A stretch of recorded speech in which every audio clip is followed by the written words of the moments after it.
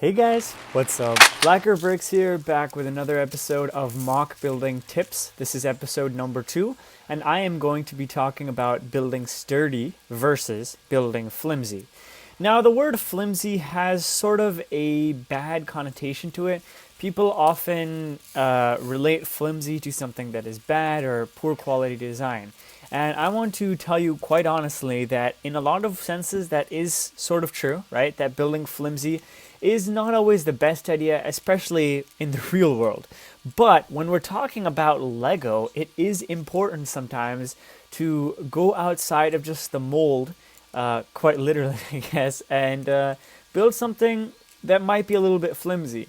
And in this video, I hope to show you the reason for that. So on the left, you can probably see I have a simple brick wall made out of 1x4 bricks in the dark tan color.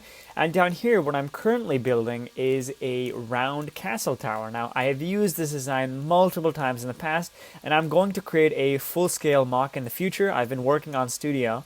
And really, the big difference between the two is that although they are just walls, they are radically different in the way that they're built up.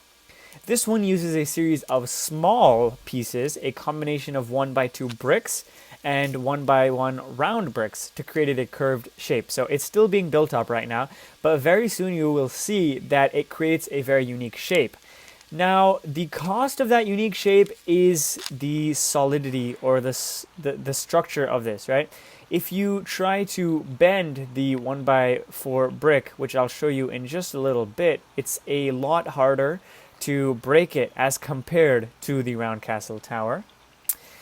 Obviously, I mean, there's a big difference here. I'm actually showing you, I'm taking it a step further. I'm adding in 1x1 bricks with a stud on the side just to add a little bit more texture and add a couple of leaf pieces. Now, this is even further reducing the strength, right? Because I am taking out the brick 1x2, which is really holding this all together, and switching it out. And I'm adding these leaf pieces just as a little bit of decoration, just make it a little bit better. Now here I am pretty much testing the flexibility of this piece, and you can see I'm chopping it, and it is just not falling apart, no matter what you do.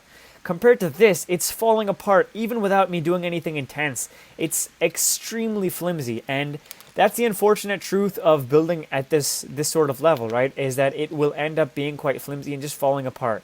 So I'm not suggesting that you just build something completely flimsy and something that's falling apart. That's not necessarily a sign of a good model. What I am saying, though, is that you need to think outside of the box. Here are really all the pieces I used for this build, and I want to share that this is not something that's completely crazy out of reach. Try it out. Try building with different kinds of pieces. You will definitely be surprised by what amazing things you've made. I think the only way to improve your builds is to go outside of your comfort zone. Just like the last video, it's okay if you want to build sturdy sometimes. It doesn't always have to be flimsy. There are uses for both. Thanks again so much, guys, and I hope you have a fantastic day.